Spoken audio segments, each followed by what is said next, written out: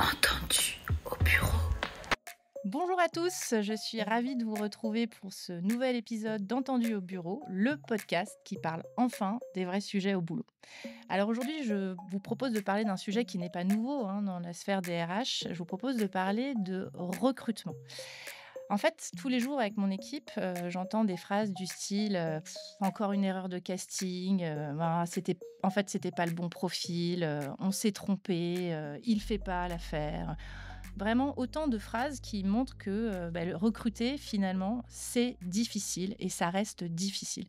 Et c'est vrai que quand on regarde les chiffres, les études, RH parlent d'elles-mêmes. Plus de 60 des projets de recrutement sont jugés difficiles par les employeurs en 2023. On a quand même près d'un dirigeant sur 2 qui déclare avoir fait une erreur de recrutement sur les 12 derniers mois, ce qui n'est quand même pas rien. Près de 40 des CDI, se soldent, par un échec lors de la première année et on estime à 100 000 € comme coût moyen pour un recrutement raté. Donc on a quand même un vrai sujet, sur ces erreurs de recrutement. Donc le sujet, il est identifié, il n'est pas nouveau. Souvent dans les grandes entreprises, on a, des directions du recrutement, des équipes de recrutement qui sont dédiées à ça.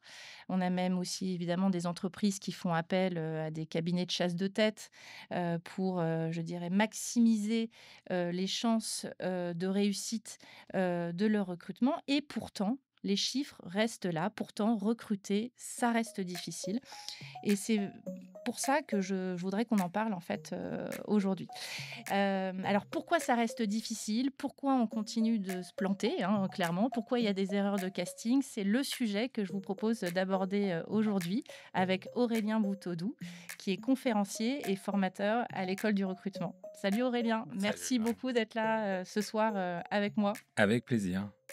Alors Aurélien, avant qu'on rentre dans le vif du sujet, est-ce que tu pourrais juste, revenir sur ton parcours et sur ce qui t'a amené en fait, à travailler à l'école du recrutement? Comment je suis arrivé là?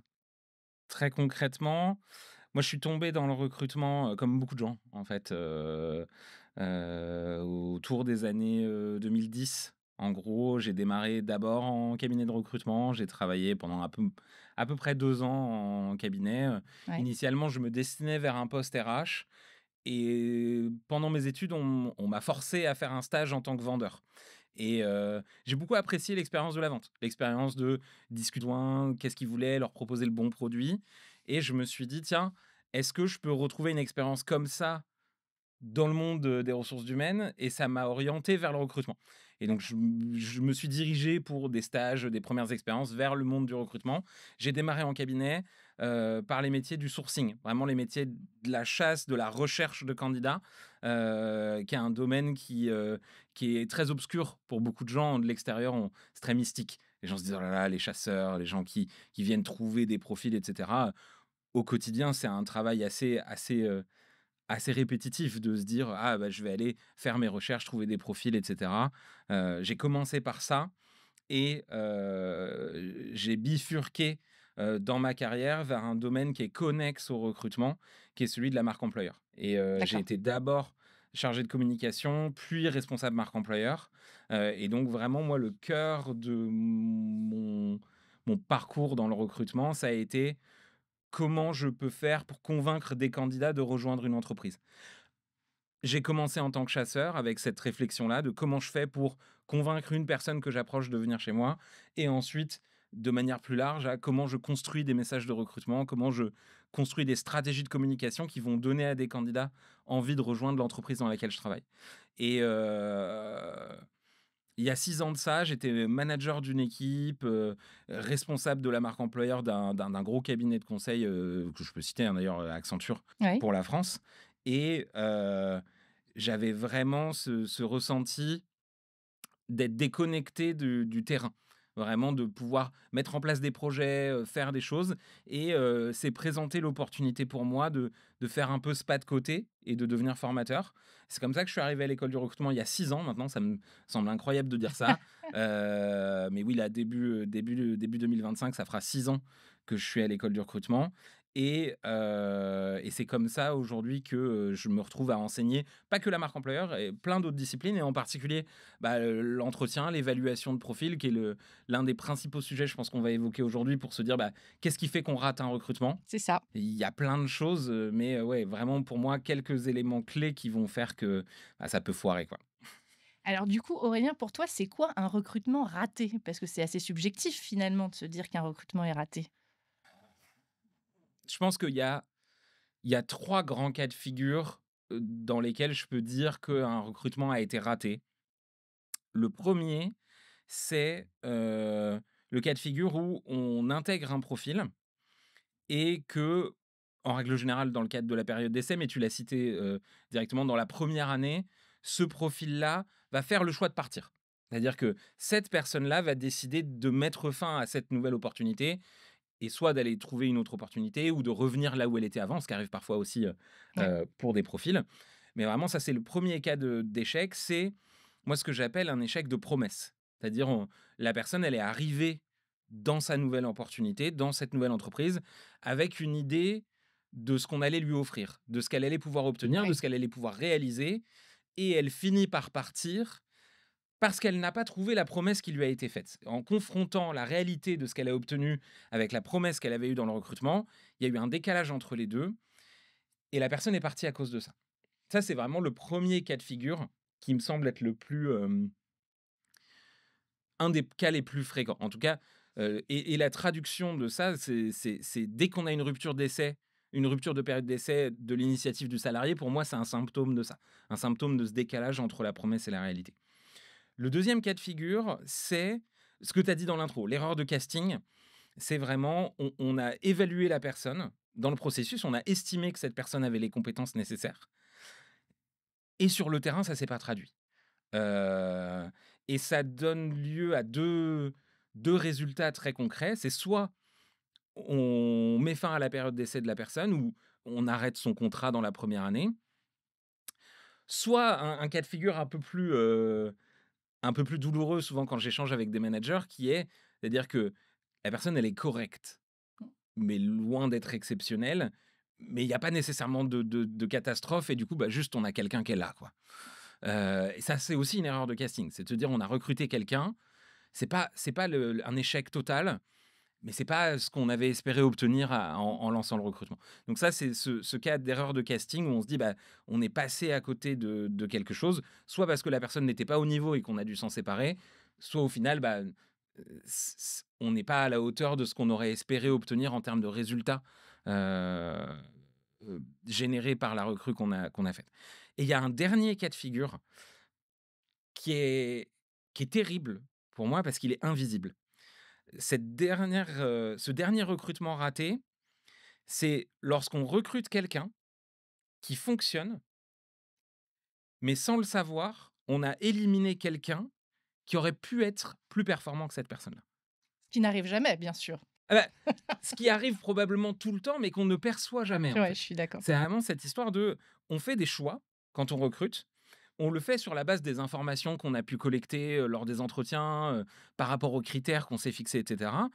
Mais on finit parfois par prendre des décisions sur des éléments qui peuvent peut-être pas être les plus importants ou peut-être même pas pertinents au final et faire des erreurs de recrutement qui sont invisibles. C'est-à-dire on se retrouve avec quelqu'un alors qu'on aurait pu choisir quelqu'un d'autre et on ne sait pas si cette personne aurait pu être meilleure.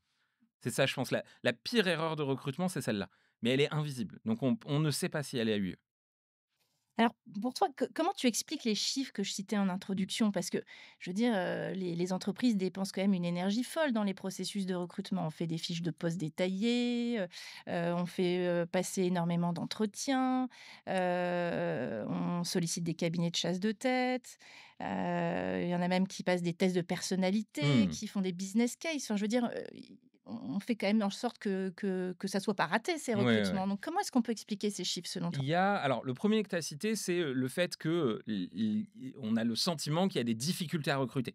Je pense qu'on peut pas passer à côté du fait que l'offre de recrutement, aujourd'hui, le nombre d'offres disponibles sur le marché est extrêmement élevé. C'est un chiffre que je suis régulièrement. Indeed, donc le métamoteur de recherche, donc c'est le 2e site emploi le plus consulté en France, Indeed, d'après les derniers chiffres de Médiamétrie. Hem, Ils ont un graphe où ils ont posé en base 100 le nombre d'offres qu'il y avait sur la plateforme le 1er février 2020. Mmh. Donc juste avant, la crise du covid, le confinement. On dit voilà, le nombre d'offres d'emploi qui étaient à cette époque-là sur Indeed, c'est le chiffre 100.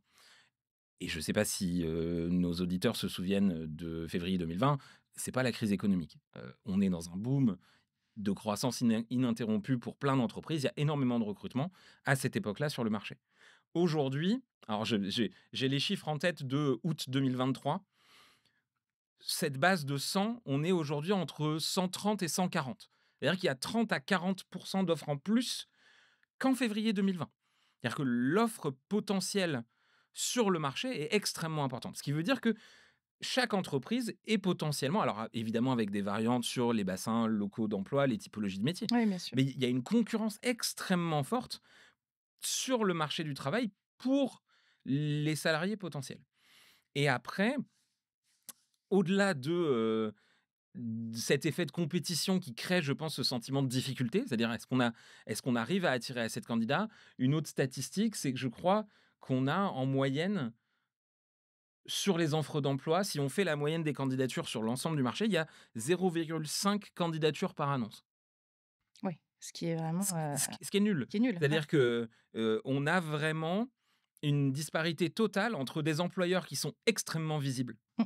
des marques très fortes, très connues, qui eux reçoivent des dizaines de milliers de candidatures. De mémoire, quand j'étais chez Accenture, on recevait 50 000 candidatures par an.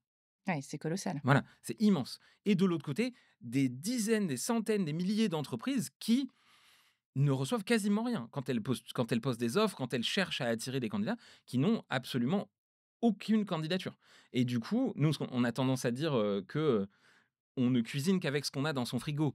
C'est-à-dire que naturellement, ça devient très difficile de prendre une bonne décision de recrutement si on n'arrive pas à avoir un panel assez suffisant Bien sûr. de candidats pour pouvoir choisir. Je peux être le meilleur chef du monde, si j'ai 3 carottes moisies dans mon frigo, je ne vais pas pouvoir faire de miracle.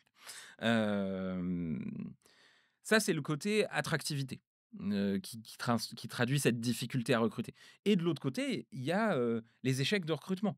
Il y a, ce que tu me disais, 100 000 € le coût d'un recrutement raté, le fait que 40 des recrutements vont échouer dans la première année. J'ai donné un peu les 2 grandes erreurs, en règle générale, qui ont lieu dans les recrutements. Il y a ce problème de promesse, Ouais. c'est-à-dire que beaucoup d'entreprises, justement parce qu'elles ont des difficultés à attirer, vont se mettre à promettre énormément, à à à à embellir le tableau pour faire en sorte que les gens que les candidats, signent, pour qu'à la fin les gens soient déçus et du coup ça crée des ruptures, heu, même pas nécessairement des ruptures contractuelles, ça peut créer juste des ruptures psychologiques.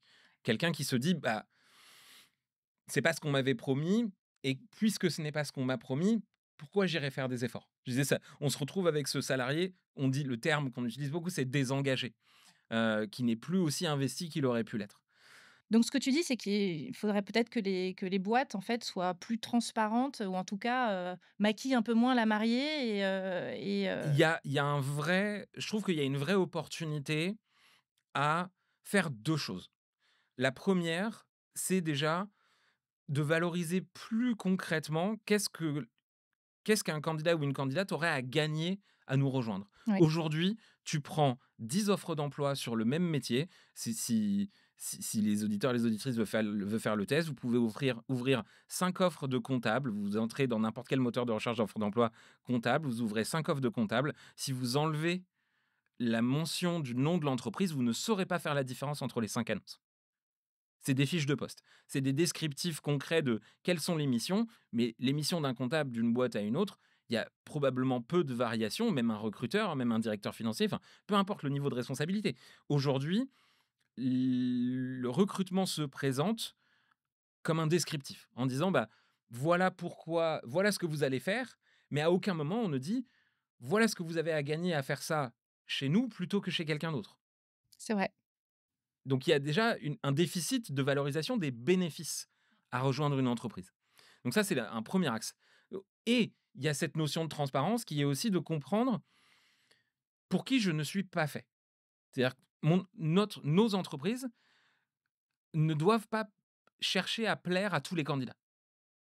Quand je suis une entreprise, j'ai un mode de fonctionnement, un mode de communication, des missions, une organisation qui m'est spécifique. Et ça peut ne pas plaire à tout le monde.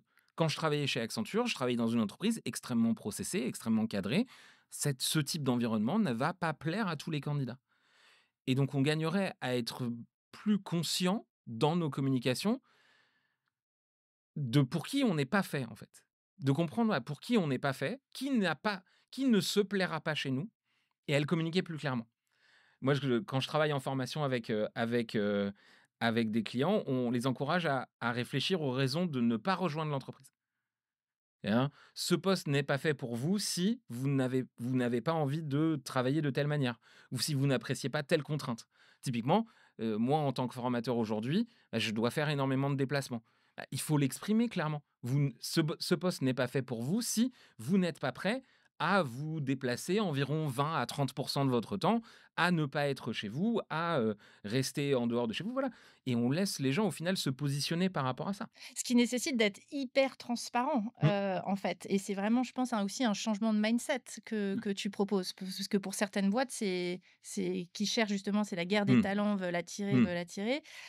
Voilà, être transparent, ça peut, Oui, mais je pense que c'est un vrai pari et il y a, un champ de recherche assez intéressant sur le sujet puisque, en particulier sur les offres d'emploi, il y a une théorie qui s'appelle la théorie du realistic job preview. Donc vraiment de donner une vision complète et réaliste de ce à quoi va ressembler le poste. Heu ce qu'on voit, c'est que lorsqu'on fait cet effort de transparence dans les communications de recrutement, il y a moins de problèmes de turnover, justement de turnover à l'initiative des salariés, parce qu'il y a plus ce décalage de promesses entre: «Ah, je sais pourquoi je viens, je sais qu'est-ce que je vais faire, comment ça va se passer, quelles vont être les contraintes». Si on me communique ça, on a un taux plus qualifié de candidature et c'est ça le Graal. Parce que je trouve on court souvent après l'idée d'avoir des candidats. Moi, j'ai pas envie d'avoir 100 candidatures à une offre. J'ai envie d'en avoir une seule, la bonne. Parce que c'est pas, on fait souvent cette comparaison avec le marketing produit ou le marketing client. On dit: «Ah, il faut essayer de générer le maximum de candidatures». C'est pas mon métier. Mon métier, c'est pas de faire plus. Quand j'étais en marque employeur, mon métier, c'était pas de faire plus, c'est de faire mieux. C'est d'avoir des candidatures plus pertinentes, d'avoir des gens qui savent exactement pourquoi ils postulent et à quoi ils veulent tendre. Donc ça, c'est vraiment la première cause d'échec sur cette partie attractivité. Et de l'autre côté, il y a une vraie difficulté sur l'évaluation, sur cette idée, bah, c'est un pronostic. Quand on finit un processus de recrutement, peu importe tous les outils qu'on va mettre pour évaluer quelqu'un, que ça soit des business cases, des tests de personnalité, des entretiens, euh, on ne peut pas atteindre un taux de prédictivité de 100. C'est impossible. mais alors là, je te rejoins complètement, Mmh. et c'est vrai que les entreprises ont des critères, hein, enfin, mettent en place des critères, mais j'ai quand même l'impression, si on se parle franchement, que souvent ces critères, à un moment du processus, sautent un peu. C'est-à-dire qu'après, ça devient, un peu une décision, pas forcément objective, où chacun vient avec son feeling, et à aucun moment on parle des critères, en fait, que parfois on a définis, Oui, en oui, oui. amont, en Je fait. pense que alors, Tu partages ce ressenti ou pas je dans pense qu'il y a une certitude qui est, déjà, on a une très mauvaise habitude dans le monde du recrutement qui est de fixer des critères. Mais parfois, de se dire au milieu d'un process: «Ah, bon, on va peut-être les chambouler un petit peu, on va les mélanger». c'est ça. Il y a souvent ce truc de: «Ah, j'ai vu, une candidate, je l'ai trouvée formidable sur cet élément auquel j'avais pas pensé et du coup, je vais en faire un critère pour mes autres profils» et cetera. Ce qui est une aberration en termes d'évaluation. C'est-à-dire que, imaginez un le baccalauréat où, soudainement quelqu'un rend sa copie plus tôt en ayant inventé un exercice en plus et soudainement tous les autres devraient faire ce nouvel exercice. Ça n'a aucun sens. On se dirait pas que ça, c'est une évaluation équitable, on se dirait pas que ça va permettre de choisir la meilleure personne. Peut-être que si on avait donné tous les entre guillemets «tous les exercices» à tout le monde dès le départ, on aurait pu faire la différence entre les gens. Donc modifier ces critères au milieu du process et même se dire que, à la fin, c'est pas les critères qui comptent, c'est comment on s'est senti avec la personne. C'est ça qui va motiver la décision. C'est on va parfois même évacuer des incertitudes, se dire ah sur ce point-là j'étais moins convaincu, mais c'est pas grave, je le sens bien, je pense que ça va le faire. Et là, ces dernières années, j'ai beaucoup travaillé avec des opérationnels en formation. Historiquement, on travaille vraiment spécifiquement avec des recruteurs. Ils m'ont tous raconté des histoires où ils s'étaient dit que ça allait le faire, que ça allait être bon, et puis ça a explosé en vol. Il y a vraiment ces décisions au ressenti qui finissent par, souvent par exploser à la figure des gens qui les prennent. Alors comment on peut faire pour, justement Mmh, structurer un peu les choses? Qu'est-ce que j'entends, hein, ce que tu dis sur les opérationnels et puis ouais. moi, c'est des choses aussi que je vois tous les jours donc quels sont les tips là qu'on peut mettre en place, si tu veux, pour avoir un processus de recrutement qui tient la route de A à Z et de pouvoir véritablement être le plus objectif possible? On parlera des biais après, hein, évidemment, Mmh, mais ouais. qu'est-ce que tu recommandes? Je pense que la première chose à faire, c'est déjà de faire la différence entre moi, ce que j'appelle des indices et ce qu'on appelle des indices à l'école du recrutement et des critères, les vrais critères. En fait, quand je dis ah bah je veux quelqu'un qui a tant d'années d'expérience, qui a déjà travaillé qui a déjà occupé le poste et qui a tel diplôme ou qui vient de telle école, ça c'est des indices. C'est-à-dire, je relisais une citation récemment qui me parlait beaucoup sur le nombre d'années d'expérience. C'est pas une histoire d'années d'expérience, c'est une question d'expérience dans l'année. On peut avoir quelqu'un qui fait quelque chose depuis 5 ans, mais qui a vécu moins d'expérience que quelqu'un qui le fait depuis 2 ans, mais qui a eu peut-être à gérer beaucoup plus de situations différentes, beaucoup plus de complexité, comme tous les contextes d'entreprise vont être différents, ou peut-être quelqu'un qui, sur ses 5 années d'expérience, n'aura fait qu'une partie du métier. Alors que quelqu'un sur 2 années d'expérience qui aura dû expérimenter plein de facettes différentes. Donc, le nombre d'années d'expérience, le diplôme, je le disais, le fait d'avoir déjà fait le métier ou d'avoir déjà travaillé dans le même secteur, c'est des indices qui vont potentiellement se traduire dans une validation des critères. Le la vraie définition de ce qu'est un bon critère de recrutement pour moi, c'est un bon critère ne doit pas m'aider à trier des CV, il doit m'aider à faire la différence entre les profils qui seront bons et les profils qui ne feront pas l'affaire. Si j'évalue ce critère-là, ça me permet de faire la différence entre les gens qui vont être bons et les gens qui sont pas bons. Ça veut pas dire c'est pas parce que quelqu'un n'a pas le diplôme qu'il ne peut pas être bon. Ou c'est pas parce que quelqu'un n'a pas le bon nombre d'années d'expérience qu'il peut pas être bon. Alors, pour le diplôme, je dis évidemment, sauf profession réglementée, hein, je veux dire, on Oui, peut bien pas sûr, être bien sûr. médecin, comme ça, on peut pas s'inventer, professionnel de santé. Heu, mais il y a quand même cette notion de un bon critère, en fait, nous, on parle c'est une liste de comportements attendus. C'est-à-dire, sur ce poste-là, la personne doit être capable de faire preuve d'un certain nombre de comportements. Si elle est capable de faire preuve de ces comportements-là, en tout cas, si on est capable d'évaluer sa capacité à faire preuve de ces comportements-là, ça sera un indice de est-ce que demain cette personne sera capable de le faire. Je prends un exemple, j'essaye de donner un exemple pour que ça soit plus précis. Imaginons que je me dis un de mes critères, c'est l'esprit d'équipe. Mmh. Je veux quelqu'un qui a l'esprit d'équipe. Bah, est-ce que je suis capable de définir chez moi quels sont les comportements que j'attends de quelqu'un qui a l'esprit d'équipe? Parce que avoir l'esprit d'équipe, c'est un terme qui est très vague. Si par contre je dis ah, chez moi, quelqu'un qui a l'esprit d'équipe, c'est quelqu'un qui prendra régulièrement le temps de présenter à ses collègues les découvertes qu'il a fait sur son poste. C'est quelqu'un qui viendra systématiquement en aide à un de ses collègues lorsqu'il a un problème, même si ça compromet la réalisation de ses missions personnelles. Voilà, c'est une manière très concrète de décrire ce qu'on attend. Et chaque personne va avoir sa définition de ce que ça veut dire derrière. Ouais, donc ça nécessite, pour, le recruteur et le manager qui va faire le choix véritablement de faire ce travail au préalable en se posant véritablement la question de finalement au-delà de la compétence que je vais mettre sur une fiche de poste, qu'est-ce qui fera que au quotidien ça sera un bon match pour moi en Oui. fait, dans ma Et nous façon de travailler? la pratique, on appelle ça l'analyse de poste.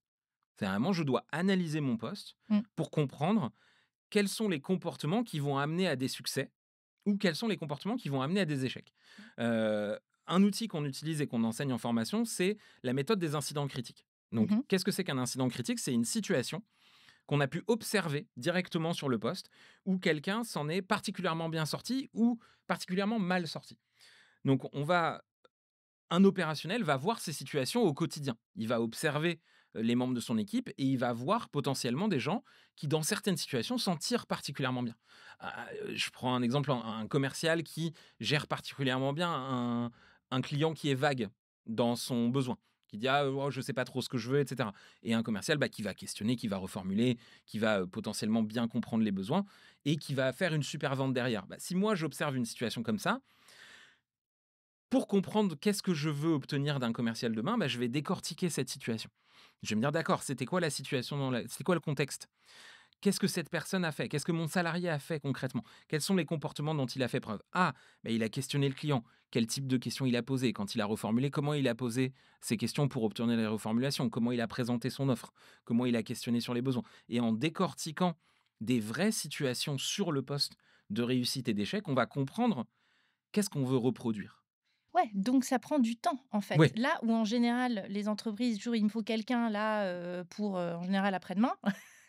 En fait, ça prend du temps. C'est ça que j'entends dans ce que tu dis, c'est que les entreprises auraient intérêt à se poser, prendre le temps de savoir exactement ce qu'elles souhaitent, plutôt que dire: «Recrute-moi un commercial», Mmh. heu, c'est de prendre ce temps-là, en fait. En fait, c'est intéressant de dire, faut prendre le temps parce qu'en fait, ce temps, on le prend déjà.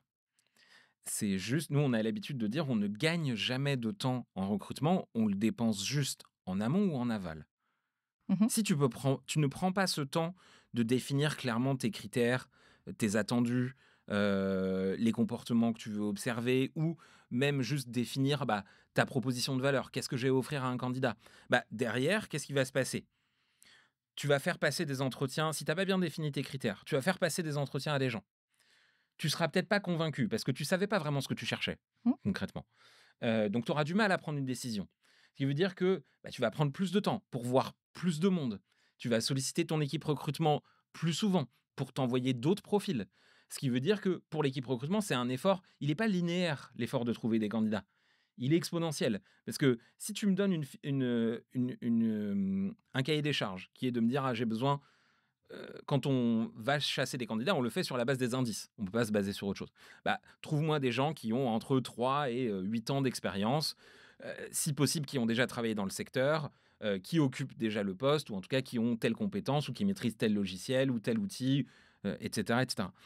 C'est relativement simple de trouver les 20-30 premiers profils qui correspondent à ce cahier des charges. Mais plus il faut retourner au moulin, plus faut aller chercher des profils, plus ça devient difficile de les trouver. Ça prend plus de temps.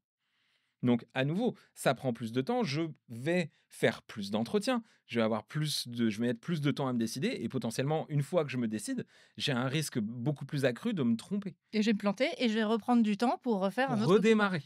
Donc ouais, nous il y a le c'est alors je sais pas si je cite correctement, je crois que c'est Abraham Lincoln qui disait: «Si j'avais 6 heures pour couper un arbre, j'en prendrais 5 à aiguiser ma hache et à réfléchir à comment je vais frapper avec ma hache». Dans le recrutement, je trouve que en voulant aller vite, on prend pas assez le temps d'aiguiser sa hache. Donc là, on parlait des critères et Mmh. je te rejoins complètement là-dessus, hein, c'est excessivement, important mais malgré ces critères, on est dans l'humain et donc souvent dans, les process de recrutement, interviennent les biais. Les biais cognitifs, les automatismes qu'on peut avoir. Tiens, on a tous fait ça, hein. Tiens, il a fait ou elle a fait la même école que moi, ah tiens, on a telle et telle similarité et donc ça crée souvent, il y a un biais parce que les gens ont finalement, envie de recruter les gens qui Ouais. leur ressemblent, en fait. Mmh. Et là aussi, on a des erreurs de casting, souvent. Alors, comment est-ce qu'on peut véritablement recruter en étant objectif? Est-ce qu'on peut recruter sans discriminer aussi d'une certaine façon? Alors, je pense on peut pas recruter en étant 100% objectif, ça n'existe pas. Toutes les décisions humaines, sont subjectives. Donc la décision de recruter, elle sera toujours subjective. Ça, il y a pas de j'ai pas de discussion là-dessus. Par contre, on peut essayer de mettre en place des systèmes qui nous aident à prendre de meilleures décisions. Je pense que c'est ça la clé ici. Heu on sait que lorsqu'on applique des méthodes de recrutement, en particulier en termes d'évaluation plus strictes, donc ça va être des méthodologies d'entretien plus poussées, plus structurées. Pour ceux qui nous écoutent, si nous, la méthodologie sur laquelle on forme, c'est la méthodologie de l'entretien comportemental structuré. Euh, Ça, on sait, avec des études académiques assez poussées, que ça réduit de manière significative la discrimination à l'embauche. Les gens ne se rendent pas compte. Ils ne font pas ce choix consciemment. Ils sont placés dans un système qui les aide à moins discriminer. C'est-à-dire que la méthodologie va nous aider à réduire nos biais. Elle les éliminera jamais, c'est impossible. Mais on peut mettre en place des systèmes qui vont limiter l'impact des biais, en fait. Il y a énormément d'études assez intéressantes justement sur le fait que on a eu une grande phase des formations aux biais. Tout le monde voulait se former aux biais cognitifs, il faut être conscient de ces biais cognitifs.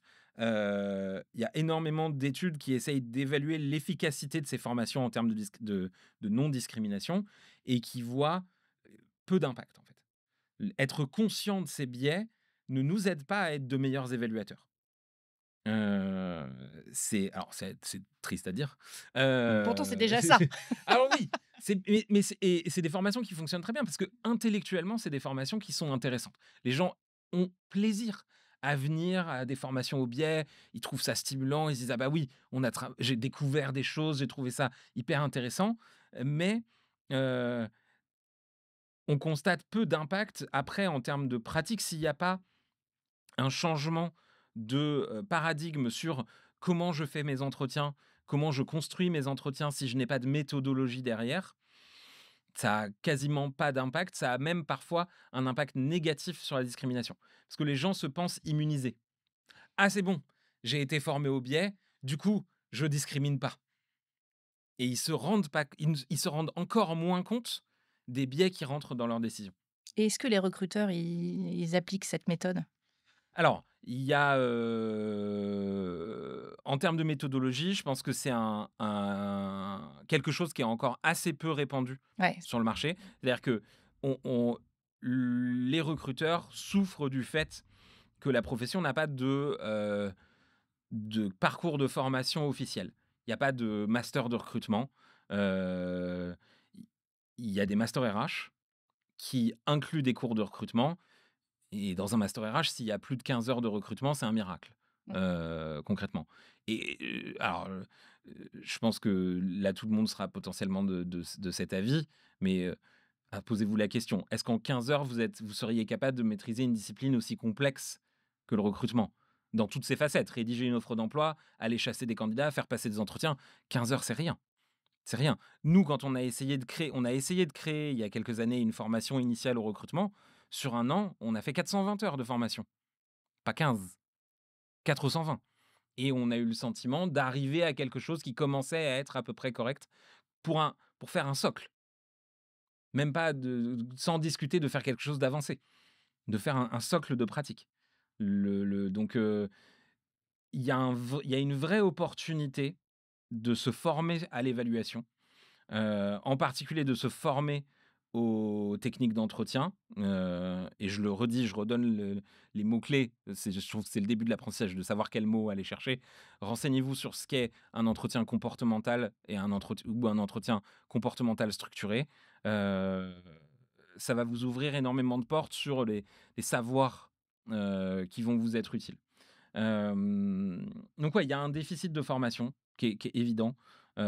Pour moi, alors évidemment de ma fenêtre de formateur, je le vois, mais il y a une opportunité extraordinaire pour améliorer son quotidien en tant que recruteur.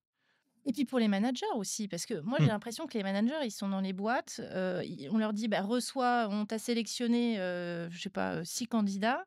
Ils les reçoivent, autour dans leur bureau et qu'est-ce qui se passe pendant ces recrutements? Moi, j'ai toujours l'impression que c'est quand même pas très formalisé. Enfin, ils se font leur avis, ils les voient, ils posent toujours un peu les mêmes questions. Est-ce qu'on n'aurait pas aussi intérêt à aider les managers Alors, il est évident que à mieux recruter? oui, oui, il est évident que les opérationnels peuvent bénéficier de ça, mais moi, ce que j'ai constaté maintenant depuis 3 ans que je forme des opérationnels, on a beaucoup de recruteurs qui sont venus nous voir en nous disant, «S'il vous plaît, aidez-nous, venez former nos managers. Ouais, c'est Venez ça. former nos managers, c'est une catastrophe». Heu, Entre guillemets, bah, ils en font qu'à leur tête. Heu, Moi, j'en vois des gens qui me semblent parfaitement bien et eux les voient et ça va pas du tout, mais ils sont pas capables de m'expliquer pourquoi. C'est: «Ah, je l'ai pas senti, je sais pas trop, je suis pas sûr». Quand il y a un doute, il y a pas de doute, ce qui est une phrase terrible. C'est-à-dire, justement, c'est s'il y a un doute, on devrait savoir c'est quoi lequel, sur quoi on met le doigt et justement de pas la décision de recrutement, elle ne doit pas être motivée par un doute. Elle doit être motivée par soit par une déficience, c'est-à-dire: «Ah, la personne n'est pas assez compétente sur tel point et c'est pour ça qu'on la rejette», ou justement, elle est motivée par la compréhension de l'évaluation. C'est-à-dire: oui, la personne nous a démontré ce qu'elle était capable de faire. Si à la fin d'un entretien, il y a un doute, c'est que l'évaluation a été mal faite. Donc il y a clairement une opportunité de former des opérationnels, mais donc oui, les recruteurs venaient nous voir en nous disant: «Ah, venez aider nos managers». Ce qu'on a constaté, c'était que oui, évidemment que les managers ont intérêt à être formés, mais le vrai enjeu, c'est de former les recruteurs d'abord.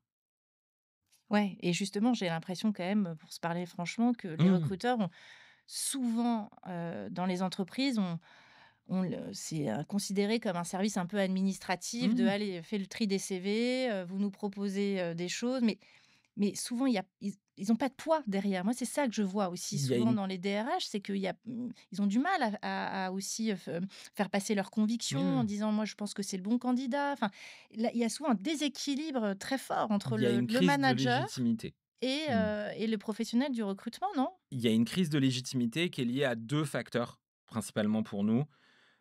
Le premier, je l'ai dit, pour moi, c'est un déficit de méthodologie. C'est-à-dire que lorsque je lorsqu'on a des recruteurs qui sont armés correctement, qui, ont une expertise, justement, qui ne sont pas des gens à qui on va déléguer des choses. Le recruteur, c'est pas quelqu'un à qui je délègue, une tâche. C'est un conseiller. C'est à quelqu'un à qui je confie quelque chose parce que je pense qu'il sera plus compétent que moi pour le faire. Mmh. Beaucoup de managers donc ça si en tant que recruteur, je ne suis pas armé pour avoir cette posture de conseiller, déjà ça, c'est un premier problème. Il y a une crise de légitimité. Nous, c'est mon collègue Nicolas qui a posé cette phrase, qui a dit: «Les recruteurs ne sont pas respectés parce qu'ils ne sont pas respectables». Intéressant. S'ils n'ont pas de méthodologie, si la seule chose qu'ils peuvent opposer aux opérationnels, c'est: «Ah, moi je pense ça», en gros, c'est mon feeling contre ton feeling, évidemment que l'opérationnel ne nous prendra jamais au sérieux. Parce qu'il estime que son feeling, il est plus compétent que le nôtre. C'est lui qui fait le job. Donc évidemment qu'a priori son intuition est meilleure que la nôtre. En tout cas, je comprends qu'un opérationnel ou une opérationnelle se dise: «A priori, je connais plus mon job que toi. Donc si j'ai le sentiment que cette personne va faire l'affaire et que toi tu me dis l'inverse, j'aurais plutôt tendance à faire confiance à ce que je pense, ou inversement, si je pense que ça va pas le faire, moi je connais mieux mon contexte que toi». Donc si la seule chose qu'on a à opposer, c'est feeling contre feeling, on va toujours perdre. Alors que si on arrive avec une expertise qui est de dire: «Regarde, voilà les critères qu'on a définis ensemble. Voilà les questions qu'on a conçues ensemble pour nos entretiens, pour les évaluer. Voilà les trames de correction, les grilles d'évaluation que j'ai construites pour pouvoir évaluer nos critères au travers des questions qu'on va poser. Voilà les tests qu'on a mis en place qui cherchaient à évaluer tel critère, tel critère. Sur la base de ce qu'on avait construit ensemble, voilà ma recommandation de décision». Ça passe tout de suite complètement différemment. Si on est respectable, si on a une expertise, si on apporte quelque chose, évidemment qu'on sera pris plus au sérieux. Donc ça, c'est le premier axe. Après, je ne peux pas ignorer le fait que, mais je pense que c'est une conséquence de la situation actuelle. Beaucoup trop d'opérationnels pensent que le recrutement, ça peut s'improviser. Oui, c'est sûr. Je pense C'est que tu as raison, beaucoup de professionnels pensent ça, ouais. Mmh. Ouais. C'est pour ça qu'on s'autorise à le déléguer. Parce que ça ne vaut pas la peine d'y passer du temps, parce que c'est simple. Et justement, c'est loin d'être simple. Heu, on le voit comme quelque chose justement de, même au-delà de la simple, de simpliste. C'est-à-dire: «Ah ben de toute façon, tu as juste à passer une annonce, à appeler, à trier les CV, à appeler les gens, puis tu me les envoies». Alors c'est un petit peu plus compliqué que ça. Mais là aussi, il y a un déficit de compréhension de la complexité du métier. Je Moi, personnellement, j'estime que ça incombe aux recruteurs aussi d'évangéliser sur qu'est-ce qu'il fait, sur quoi il travaille. Qu'est-ce qui se passe entre le moment où tu m'envoies ta fiche de poste et le moment où tu reçois des candidats? Ouais, et ça nécessite encore une fois de changer de mindset ou en tout cas pour, de prendre cette place Mmh. justement, pour, pour se mettre plus sur une posture d'expert en effet que de juste je tu me délègues Oui, finalement, nous, ce on que appelle ça le preneur de commande. voilà, c'est ça. C'est vraiment j'arrive, on me dit: «Ah bah, est-ce que tu peux m'envoyer, un diplômé d'HEC, qui a 5 ans d'expérience, et qui fait déjà le job?» OK, si j'arrive, que j'accepte ça et accessoirement, il me le faut pour la semaine dernière, voilà. Il est certain que si on reste dans cette posture-là, alors déjà, je suis persuadé que c'est la raison principale pour laquelle, heu, il y a une grande partie des gens qui rentrent dans le monde du recrutement qui n'y restent pas plus de 5 ans. C'est la durée de vie moyenne, la durée de vie maximale d'un recruteur souvent dans le métier, c'est 5 ans. Mais évidemment, qui aurait envie d'assumer une telle position, pendant 5 ans? De se dire: «Ah, je peux rien y faire, les gens me disent de faire des trucs, je suis obligé de le faire». C'est vrai. Intellectuellement, c'est pas intéressant. En tout cas, je peux imaginer que plein de gens ne trouvent pas ça intellectuellement intéressant. Heu, donc faire grossir son expertise, avoir des méthodologies, heu, et être capable de les présenter, de les Mmh. expliquer, de dire: «Voilà ce qu'on fait, voilà comment on le fait, voilà pourquoi on le fait». Ça joue immédiatement sur la perception du recrutement. Moi, un des retours les plus fréquents que j'ai lorsque je fais des formations avec des opérationnels, c'est: «Ah, j'imaginais pas à quel point c'est un vrai job». Mmh. Et ce qu'on entend de la part de recruteurs, c'est: «Ah, j'imaginais pas à quel point j'avais encore des choses à apprendre». Ouais, c'est ça. Ça, c'est la vraie révélation, c'est d'avoir des gens qui démarrent leur journée de formation en disant: «Ah bah, je suis curieux de voir, des nouveautés, peut-être des innovations et cetera», et qui sortent en se disant: «Ah oui, ça remet en cause pas mal de choses que je Ouais. pensais sur le métier et je ne savais pas à quel point je pouvais m'améliorer, je pouvais faire de nouvelles choses, changer mon quotidien». Heu et on ce qu'on voit à long terme avec des personnes avec qu'on a vues, en formation depuis longtemps ou qui ont eu le temps de vraiment mettre en place plein de choses qu'ils ont pu voir, c'est une appréciation radicalement différente de leur métier. Mmh. Vraiment qui retrouvent ce Ouais, puis ça donne un plaisir. sens quoi. Oui, Enfin, oui, je veux oui. dire, une reconnaissance, un sens, voilà, enfin je veux dire, clairement, ouais. Un autre sujet, Aurélien, que je voudrais que qu'on aborde, c'est, souvent cette représentation des managers de vouloir voir plein de gens. Souvent dans un process de recrutement, tu l'as un peu évoqué, au début, souvent les managers disent: «Non mais, j'ai envie de voir, plein de gens, j'ai envie de comparer». Mais Mmh. en fait, est-ce qu'il faut toujours comparer les gens? En fait, surtout, compte tenu de tout ce qu'on s'est dit sur les critères. Oui. Est-ce qu'un bon processus de recrutement, c'est forcément voir 10 personnes? Alors, j'en ai parlé sur la partie attractivité, de se dire moi si je voulais, idéalement à une annonce, je veux qu'une seule candidature. Alors, dans cet angle-là, c'est la personne qui a tout compris, c'est-à-dire du poste, Mmh. de qu'est-ce qu'il attend. Mais c'est vrai que de l'autre côté, on devrait être capable de se décider à recruter quelqu'un en ayant vu un seul candidat ou une seule candidate. Heu, Tout simplement parce qu'aujourd'hui, il y a pas de règle de décision dans le recrutement. C'est une évaluation. Donc si j'essayais de comparer, un processus de recrutement avec le permis de conduire, pour obtenir le permis de conduire, il y a des règles très claires. Au code, il faut avoir fait moins de 5 fautes et à la conduite, il faut, alors j'ai pas mon permis donc c'est plus compliqué, mais je crois que c'est, plus de 21 points. Oui, c'est Je ça. crois, voilà. Il faut plus de 21 points pour avoir la conduite. Si on remplit ces conditions-là, on a le permis de conduire. Le processus de recrutement, c'est une évaluation. Mais on n'a pas de règle. Il y a pas de à partir du moment où on arrive à identifier que la personne, elle a passé telle barre, qu'on a fixée, je l'espère évidemment en amont, avant de démarrer le processus. Bah, cette personne-là, on va choisir de la recruter. Je pense que c'est un manque flagrant aujourd'hui dans la conception des processus de recrutement. On ne se dit pas: «Quelle est la barre à dépasser?» Mmh. Et c'est une responsabilité des recruteurs de d'amener les opérationnels, les managers à fixer cette barre. C'est une responsabilité des managers de la positionner, Mmh. de prendre parti clairement et de se dire à partir de quel niveau de compétence je suis prêt à recruter.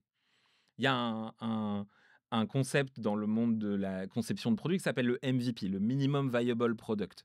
Moi, j'aime bien le MVC, le Minimum Viable Candidate.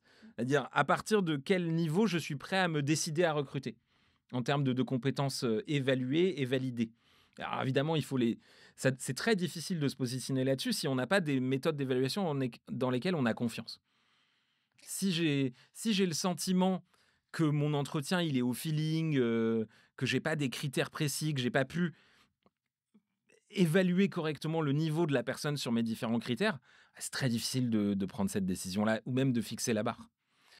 Non, c'est intéressant ton concept de MVC parce que, je pense que souvent à vouloir toujours plus, c'est là où certainement on fait aussi des erreurs de recrutement, hein. On Mmh. reboucle avec ce qu'on disait au début du candidat qui dit: «Ben, en fait, finalement, c'est pas ce que j'attendais, c'est pas la» de temps en temps, enfin, tout le monde n'a pas besoin d'une Ferrari, quoi. Enfin, je veux Oui, dire, oui, oui. Et soyons honnêtes. et c'est une erreur qui est très fréquente. Alors je j'ai plus l'étude en tête, j'ai que le résultat.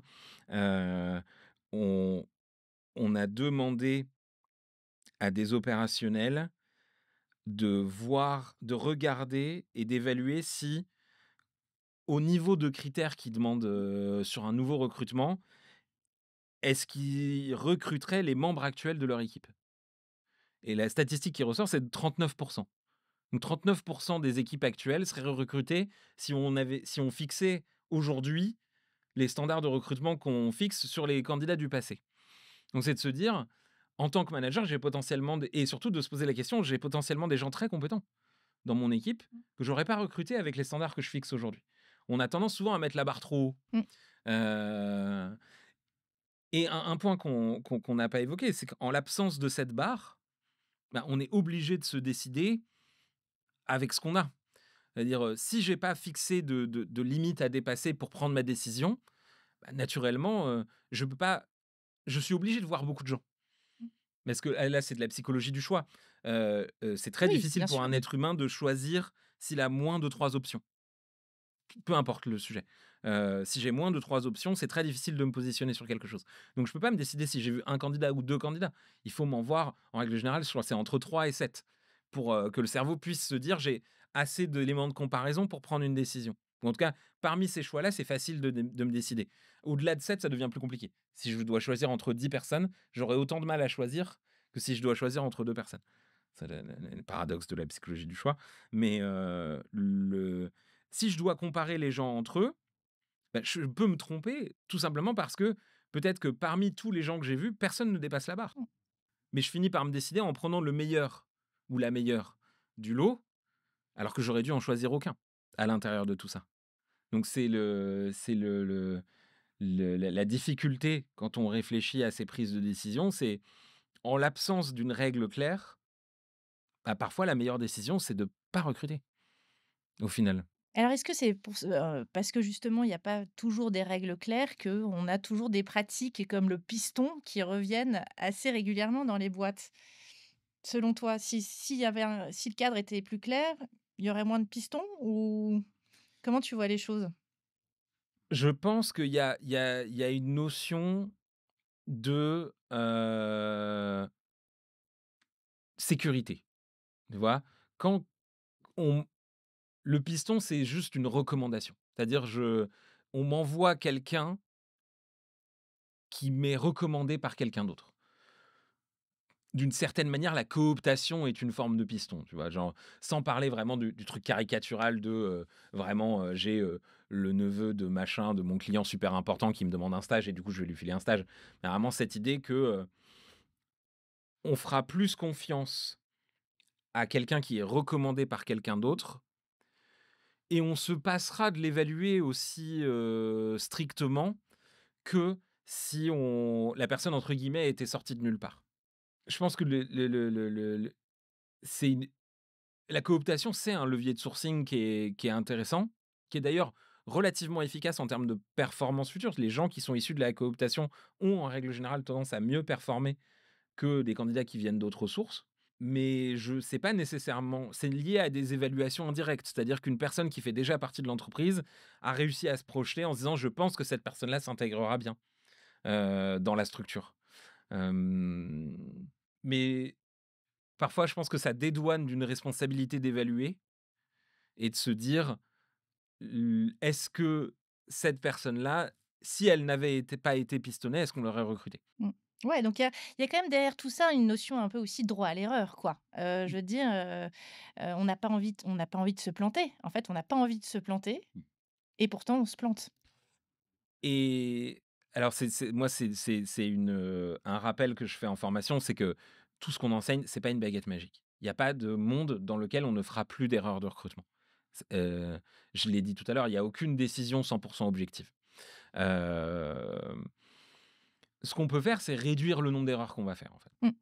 Heu, je pense que c'est le bénéfice le plus important qu'on apporte à un opérationnel qui va travailler avec des recruteurs qui sont mieux formés, qui ont de meilleures méthodologies, ou cet opérationnel lui-même, qui sera plus compétent, plus formé à des méthodes d'évaluation, concrètes, c'est cette idée que je me tromperai moins.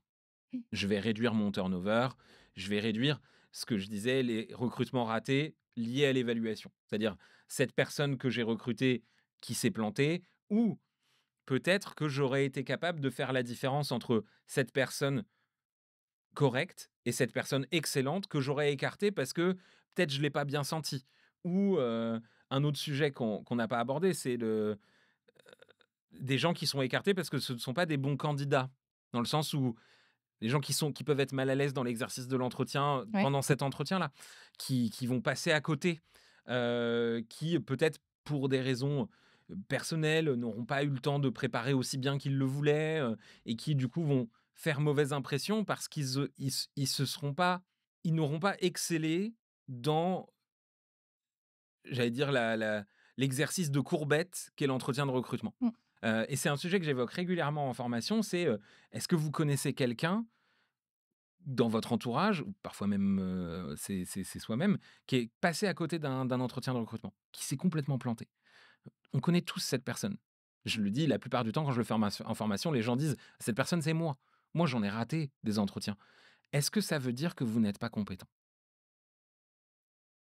Il faut définitivement faire la différence entre être un bon candidat et être un bon professionnel. Mmh. Aujourd'hui, notre objectif, ça devrait être de recruter des bons professionnels, pas de recruter des bons candidats.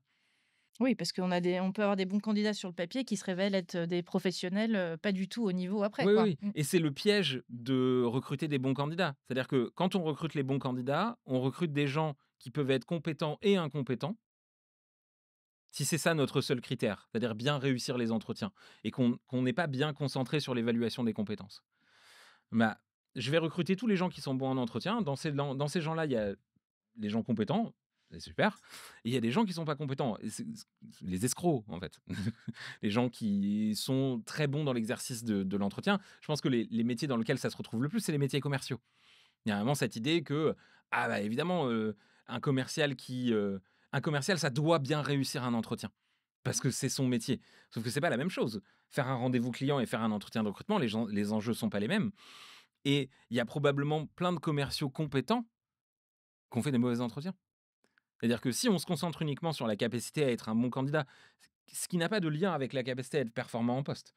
Être bon en entretien de recrutement, ça ne veut pas dire être compétent dans son métier. Si je me concentre que sur ça, bah évidemment, je vais passer à côté de gens très compétents, mais qui ne réussissent pas l'exercice de l'entretien. Donc après, il y a plein de manières d'accompagner des candidats là-dessus. Mais il faut, je pense, arrêter de juger les candidats sur leur capacité à performer pendant l'entretien. Mmh. C'est une des principales erreurs que je vois et qui est un vrai angle mort. Que je vois là, au niveau recruteur et au niveau manager, de se dire: «Ah, cette personne-là, elle a raté son entretien, donc elle est nulle». Ouais, c'est de miser sur le potentiel, quoi, en fait. Potentiel au regard des critères qu'on a définis. Et vraiment, pour moi, c'est quelqu'un qui passe à côté d'un entretien de recrutement, c'est parce que, en tant qu'évaluateur, je n'ai pas réussi à le mettre dans les conditions qui lui a permis d'exprimer ses compétences. Mon enjeu en entretien, c'est d'être capable d'obtenir le maximum d'informations de la part de mon candidat ou de ma candidate pour m'aider à comprendre est-ce que cette personne a les compétences que je recherche ou pas.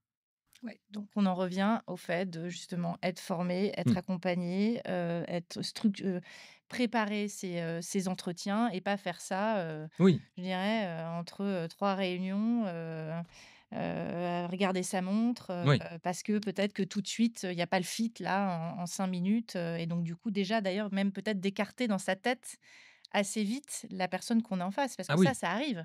Oui, oui, oui. Ne serait-ce que, l'apparence physique, est-ce qu'elle, répond, vite ou pas, aux questions? Est-ce que juger l'assertivité tout de suite? Enfin, je veux dire, il y a plein de choses qui arrivent tout de suite dans l'entretien On fait cette erreur qui est de se dire que les comportements en entretien sont transférables à la vraie vie.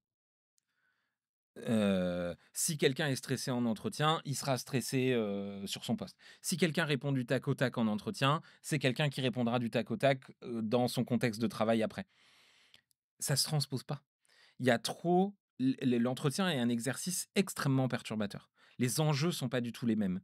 Si, heu, si pendant l'entretien, je joue psychologiquement avec l'idée que, bah, peut-être si j'ai pas ce job, si j'ai pas cette opportunité, bah, potentiellement si je suis à la recherche d'un emploi, bah, potentiellement j'ai des soucis financiers, j'ai l'enjeu pour moi d'obtenir le poste peut être extrêmement fort, là où au quotidien dans mon poste, j'aurais pas du tout le même niveau de pression.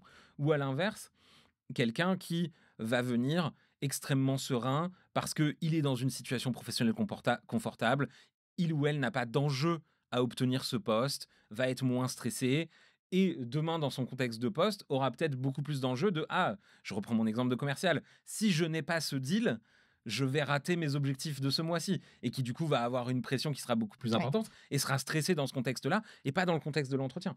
On a trop tendance à penser que la manière que les gens ont de se comporter en entretien est quelque chose qui dit de quelque chose de leur capacité à se comporter à l'avenir. Ça ne se transfère pas. Bah, on a dit beaucoup de choses, Aurélien, merci pour tout ça. Si tu avais, vraiment une chose à dire à des managers ou à des recruteurs, professionnels RH qui se lancent dans un processus de recrutement, ça serait quoi, en fait? Alors, le message principal que je veux faire passer, c'est que le recrutement ne s'improvise pas. C'est Il y a des méthodes, il y a une manière de procéder à chaque étape du process qui va vous donner des résultats significativement plus, importants que si vous faites comme vous le sentez. Il y a énormément d'apprentissages dans le recrutement qui sont contre-intuitifs. On ne s'improvise pas recruteur, et donc pour les managers de se dire: «Ça ne s'improvise pas». Donc naturellement, ne imaginez-vous que c'est probablement plus dur que ce que vous pensez et donc allez parler avec vos recruteurs, essayez de comprendre s'ils n'arrivent pas à obtenir les résultats que vous voulez, questionnez-leur justement sur qu'est-ce qui est difficile? Où est-ce que ça bloque? D'essayer de comprendre justement où sont leurs difficultés à eux. Parce que je vois qu'il y a une difficulté, c'est une boîte noire pour beaucoup de managers, le recrutement. On ne sait pas ce qui se passe. Et pour les recruteurs, je l'ai dit, il y a plein d'enseignements qui sont contre-intuitifs. Vous pouvez avoir recruté depuis 10 ans et ne vous être pas rendu compte qu'il y a des choses que vous n'avez pas vues, que vous n'avez pas compris. Parce que, je le redis, il n'y a pas de socle d'enseignement initial. Le Moi, j'ai tendance à dire que le monde du recrutement, c'est, heu, l'humanité avant de comprendre que la Terre est ronde. On recrute au quotidien, on travaille, on met en place des choses, bah, ça marche pas, mais on se base sur notre expérience et sur ce qu'on voit autour de nous. Quand on regarde autour de nous, la Terre, elle est plate.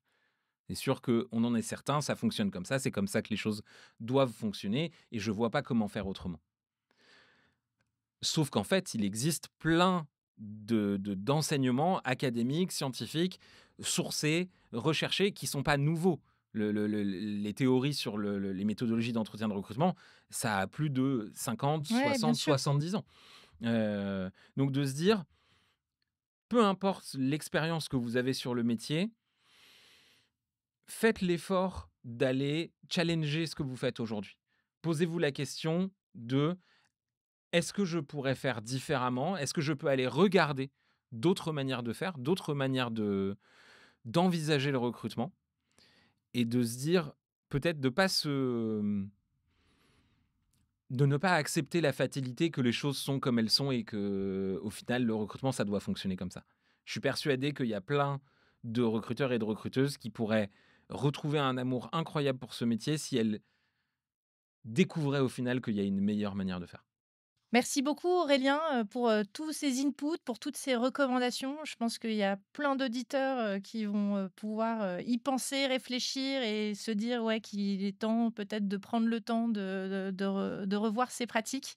Donc peut-être que tu peux nous parler juste en conclusion donc, de tes bouquins, de tes conférences, si certains souhaitent approfondir le sujet. Absolument.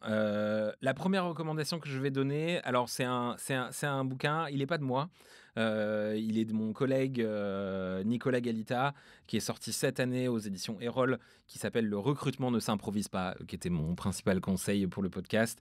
Ma seule contribution au livre, c'est que j'ai trouvé le titre. Donc voilà, Accrocheur. Voilà, on en est très content. C'est une super introduction à tout ce qu'on enseigne.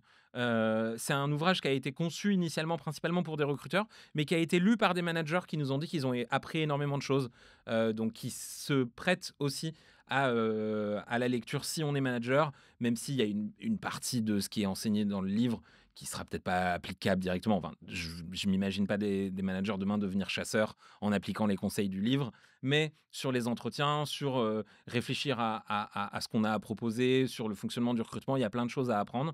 Et après, on propose tout un panel de formation à l'école du recrutement. Donc, si vous voulez vous renseigner, l'écoledurecrutement.fr, tout attaché, sans apostrophe, sans accent. Vous retrouverez nos formations, aussi un blog sur lequel on partage énormément d'articles, de pratiques, de conseils qui sont accessibles là gratuitement. Donc oui, beaucoup de gens s'auto-forment simplement en suivant ce qu'on fait. Vous pouvez aussi nous suivre sur LinkedIn, qui est vraiment la page de l'école du recrutement sur LinkedIn, où de mémoire on est autour de un peu plus de 130 000 abonnés aujourd'hui, où on partage tous les jours du savoir sur le recrutement. Donc oui, avec plaisir pour nous De quoi nous faire suivre. pour nos auditeurs. Exactement. Merci Aurélien Merci beaucoup. et à très bientôt. Entendu au bureau. Ça n'existe plus, les jeunes engagés. C'est la fin du CDI et du CDD. Non, mais les RH ne servent à Ça rien. élimine certains profils comme des jeunes mamans et des Nous ne voulons pas de profil atypique. Il est vraiment payé à rien faire. Entendu au bureau, c'est le podcast qui parle enfin des vrais sujets au boulot.